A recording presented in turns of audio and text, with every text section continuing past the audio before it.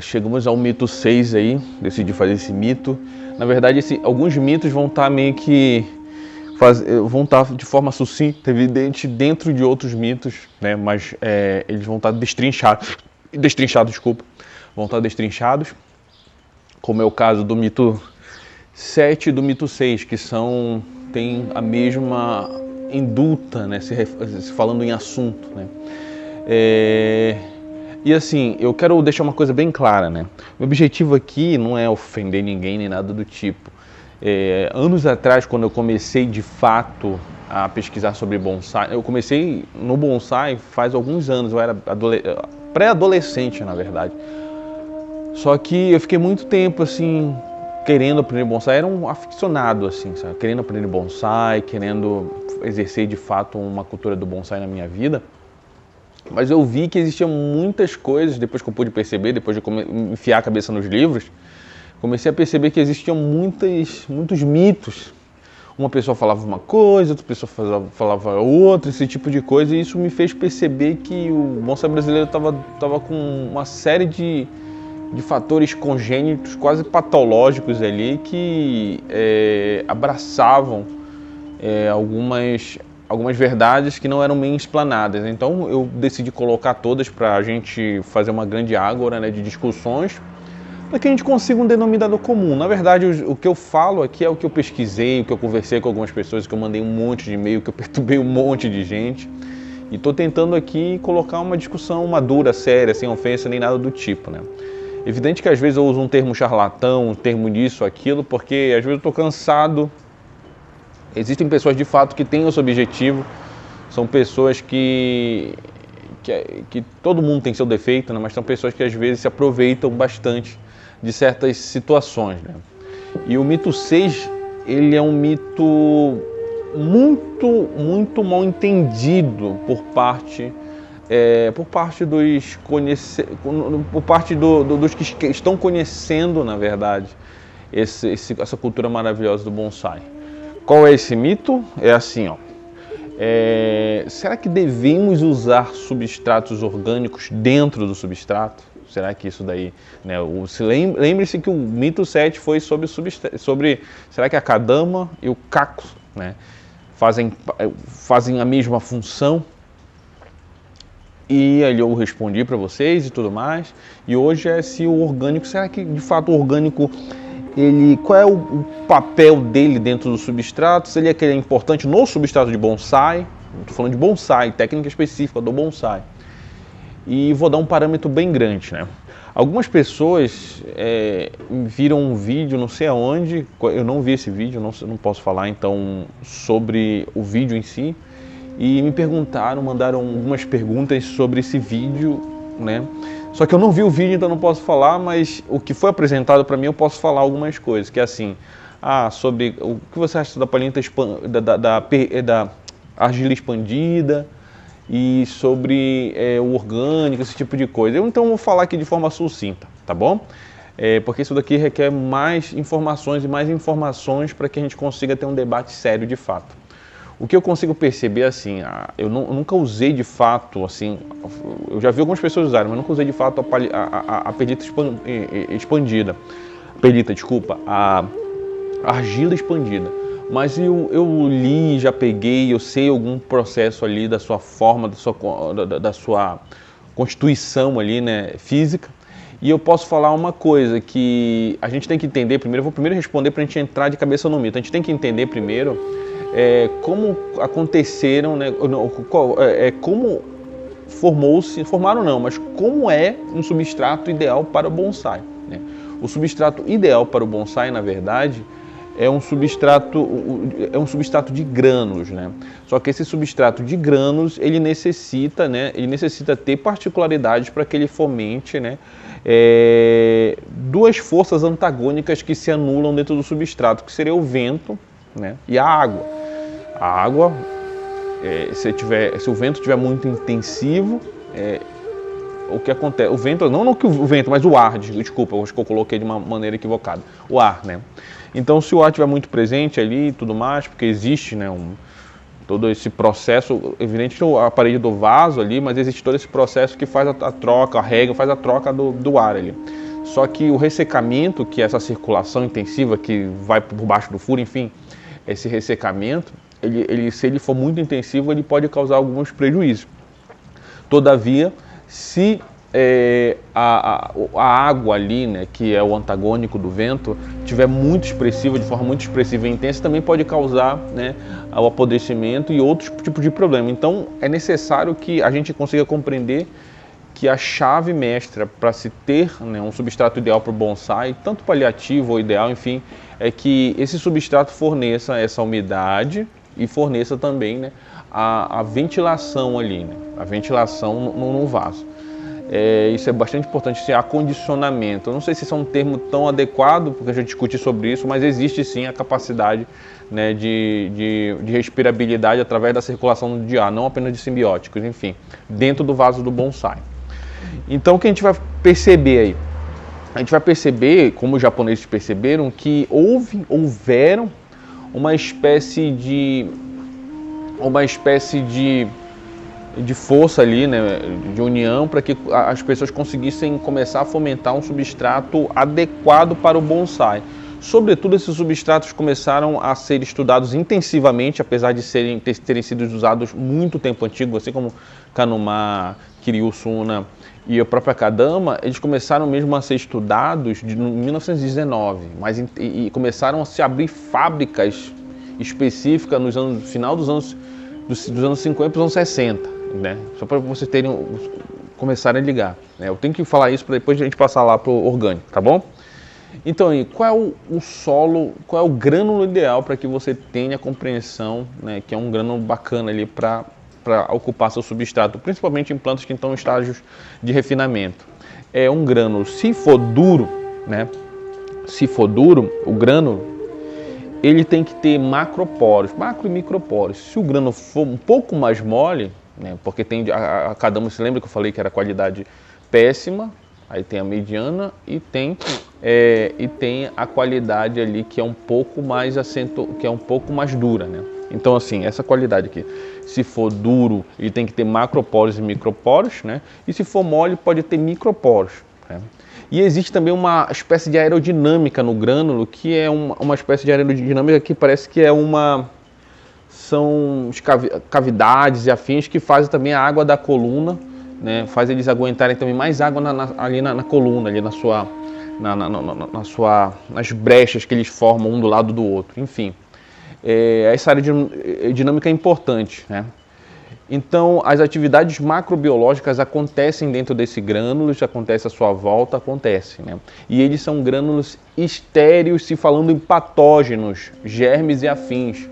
São grânulos estéreos, porque eu vou falar isso mais para frente, mas eu vou dar já dar uma esboçada aqui. Um dos fatores negativos do nosso chamado elemento orgânico dentro do substrato é que, além de desestabilizar o pH, os fatores patógenos, né? Geralmente esses substratos fazem com que você tenha mais problema de radicular. Esses problemas radiculares são bastante complicados, na verdade, né? Então, os japoneses pensaram em um solo onde a microbiologia do solo positiva pudesse viver, mas a ruim pudesse ser escoada e ficar bem longe disso, né? E como eles arquitetaram muito bem isso, eles decidiram tirar todo o orgânico que estava envolto ali, né? E existem alguns que colocam um componente que já é o orgânico, né? Que é um palha de arroz, alguma coisa do tipo, mas tem o lado carbonizado, então isso já é uma outra coisa, né? Então, assim, eles decidiram tirar todo esse porque eles queriam ter o controle do crescimento e afins, e decidiram colocar em cima, né, ali em danzô, né, em cima do substrato, partilhas e afins, em cima do substrato, né, que eles iam regar e gradativamente a cair os nutrientes e esses substratos, né, principalmente a Kadama, que tem carga negativa, ia puxar para si uma espécie de ímã, ia puxar o que importa. Então, a Kadama e esses outros substratos, né, essa forma de mistura que foram criadas com o tempo, elas foram pensadas para que pudesse ter, de um lado, a Kadama que retinha água, né, e pudesse aguentar firme a umidade, mas era destruída, e por outro, uns um pouco mais duros, né, que eram penetrados ali, né, pelas raízes finas, empurravam a kadama e ia se destruindo e bifurcando as raízes. Por que se usa a kadama hard sozinha? A kadama super hard geralmente se usa sozinha porque ela já tem uma capacidade praticamente dos dois, né? Mas a sua capacidade de dureza é tão grande que você perde fatores de super hard, você perde fatores de umidade. Então a umidade ela vai ficar muito pouco tempo ali, né, no seu substrato. Então você perde. Por quê? Porque aquilo, quando a argila ela vai para uma temperatura acima de 1000, né, que é a super hard, já é, os poros se fecham, então ela não consegue penetrar de forma fácil no tempo ali que você está regando. Então você tem ali você consegue regar seu solo, mas o grânulo ali não consegue ficar tanto tempo. Mas se tiver uma atividade macrobiológica ali, o churracu principalmente, ele consegue manter mais tempo a resistência sobre a secura ou sobre a desidratação, né? Sobre o estresse hídrico, né? Porque os M's e afins, eles deixam, principalmente os micorrizas, eles fazem com que as plantas fiquem mais resistentes à seca, tá bom? É meio complexo isso, eu queria um dia discutir isso de forma ampla, né? Numa mesa redonda, mas eu acho bastante difícil juntar várias pessoas para conversar sobre, né?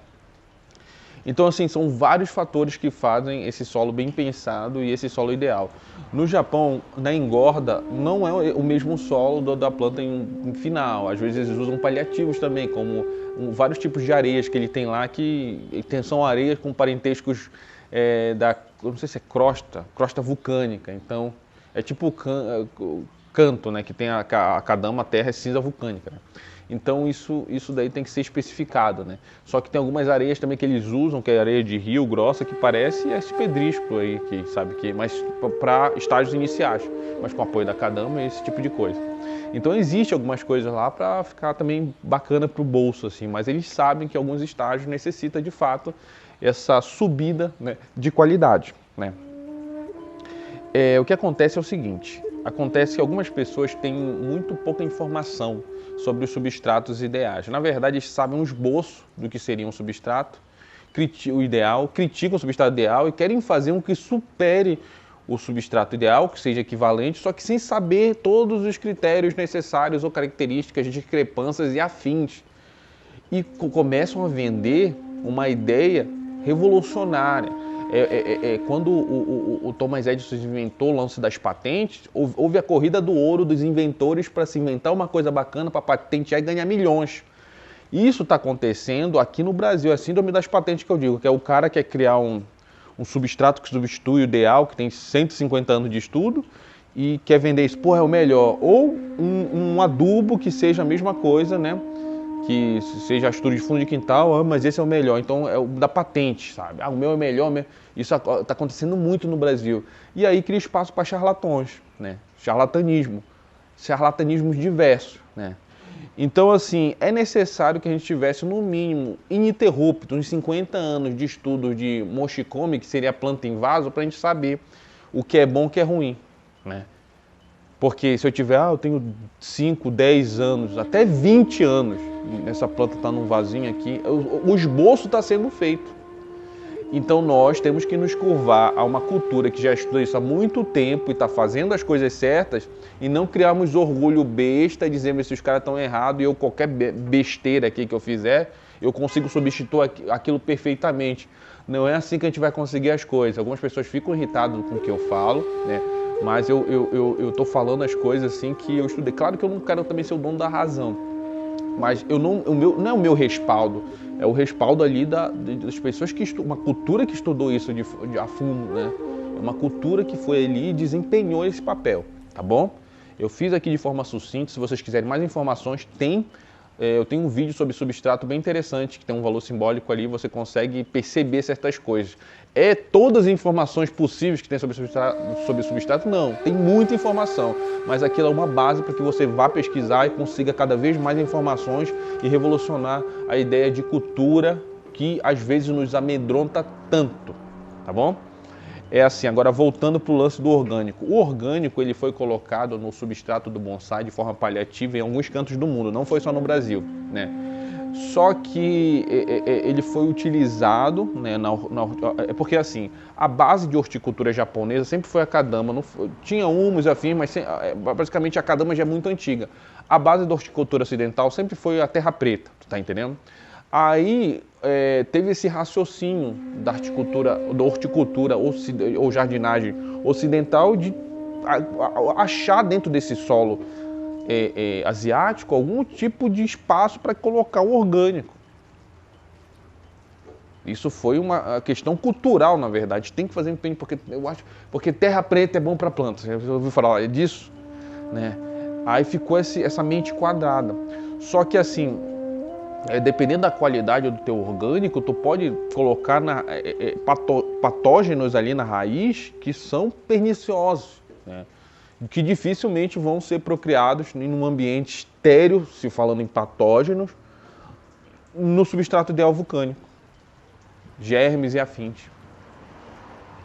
Então o que vai acontecer? Quando os japoneses tiraram todo e qualquer orgânico, né, do substrato e colocaram em cima como dango, que é bolas de adubo, bolas de adubo, e eles regam e vai só o necessário para lá, o que acontece? Acontece como é estéreo ali, mesmo né, as pragas não, mas os germes e afins que se alimentam do dango, moscas, que poderiam causar patógenos, não são feitos por conta, né, do estéreo ali. E também porque além de ser estéreo, granular, enfim, não tem uma origem, digamos assim, orgânica, que os patógenos adoram, né? Então a macrobiologia do solo que se fomenta nesse tipo de lugar é a ideal, que é uma macrobiologia de M, né, de micorrizas e afins, que ajuda, não é a negativa, certo? Então, se você tiver orgânico desse do seu substrato e tiver esses fatores motores ali, né, que você vai colocar o adubo, vai regar e as coisas vão... Então você vai ter uma chance muito maior, na verdade, muito maior, de criar ali fatores patógenos dentro do seu substrato, entre outras coisas, como saturação de base excessiva, esse tipo de coisa, saturação de base, enfim, né? E a resistência do solo também, que né, existem vários mecanismos a qual a planta engrossa a raiz, que são chamados de raiz Shokun, né? Uma delas também é a resistência do solo. Então, não só isso, mas várias outras coisas fazem com que você tenha uma capacidade ali, né, de capilar, uma capacidade capilar, de raízes capilares muito boa. Porque eu sei que nós só erramos em solo? Porque a nossa aqui, capacidade de criar uma estrutura radicular boa, isso eu já tive várias experiências disso, é muito, muito fraca. Porque a gente usa um solo muito paliativo, muito ruim. E os nossos solos aqui são escondidos em vasos fundos. Nossas raízes são escondidas em vasos fundos, né? E é uma tristeza, são raízes grossas, não tem aquele, sabe?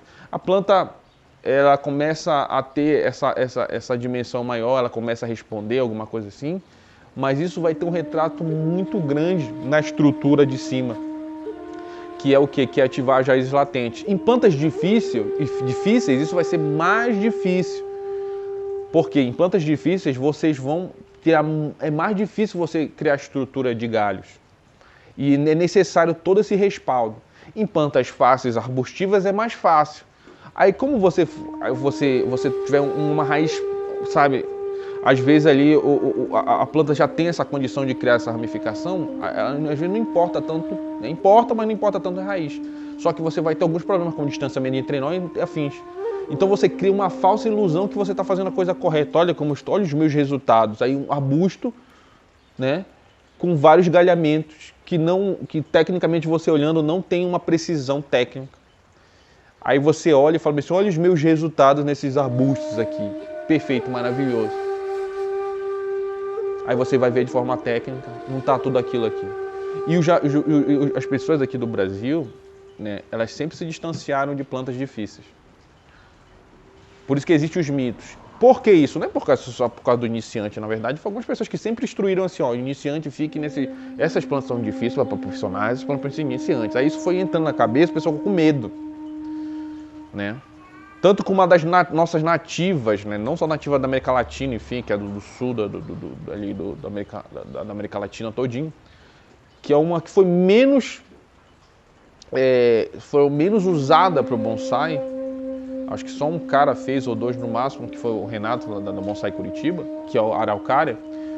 Algumas pessoas até estão tentando fazer, mas se a gente tivesse uma corrente muito maior para tentar fazer, consequentemente teria melhores resultados do que essa tão diminuta, né, empreitada entre algumas pessoas que o querem, né?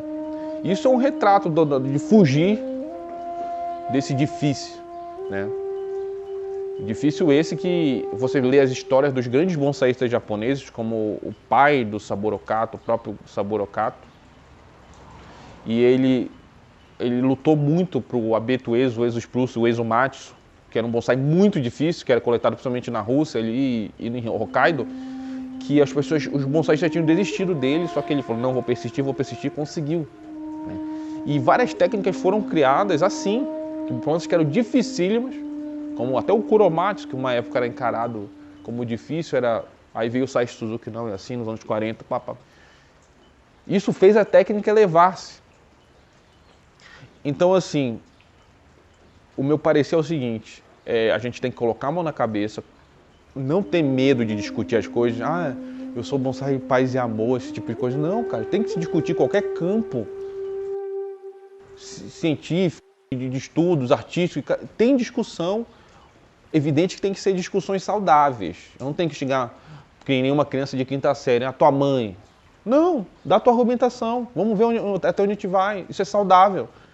Pessoas maduras fazem isso. A gente não pode viver num mundo onde todo mundo concorda com a gente, porque senão vai imperar a falsidade. As pessoas vão na tua frente rir, por trás vão falar de ti. Então a minha luta e campanha é para que o movimento do bonsai no Brasil fique maduro. Não fique com aquele abraço falso e rindo pelas costas. Falem na real.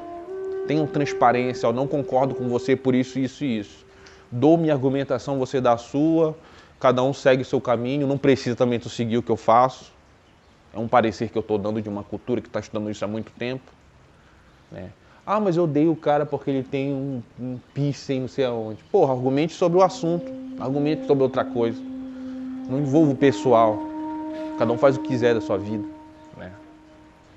É assim que é maturidade. É isso. Vai afetar no meu bolso, coisas já afetaram no meu bolso, mesmo assim eu falei, porra, essa porra vai afetar no meu bolso, mas é a verdade. Eu não vou deixar aquilo, é verdade, simplesmente vou ter que aceitar e me adaptar a isso. Então, é mito, tá? Especificamente o solo de bonsai, não estou falando de cultura, especificamente o solo de bonsai não necessita dessa matéria orgânica com carga negativa, argila tem também, então pode ser substituído de boa, tá bom? Não necessita de matéria orgânica, né? Não necessita.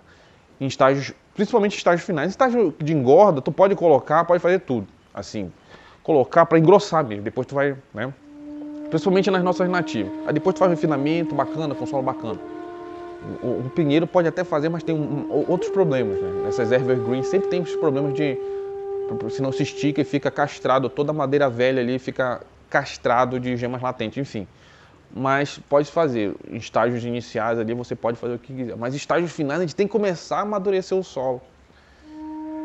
Vou colocar numa caixa d'água imensa aí, adubar, nem eu tô tendo paciência, vou deixar aqui, eu tô tendo muita paciência, eu não quero colocar ainda no vaso. Aí coloca numa caixa d'água e tenta deixar a planta a 400 km por hora, como se colocasse uma máquina do tempo, a planta crescer e se formar logo.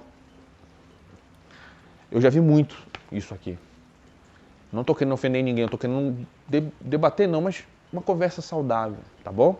Então, de novo, volto a falar, é mito. Não necessitamos, na verdade, desse orgânico no solo, tá bom? Pelo menos nos estágios finais de polimento da planta. Quer saber mais informação sobre o vídeo substrato? Eu vou deixar o e-mail aqui, vocês mandam o e-mail para lá. Quem quiser, é pago o vídeo, porque eu gastei meu rico dinheirinho nas informações, então vocês têm que mexer no bolso, senão o nego não dá valor, tá bom? É isso, valeu!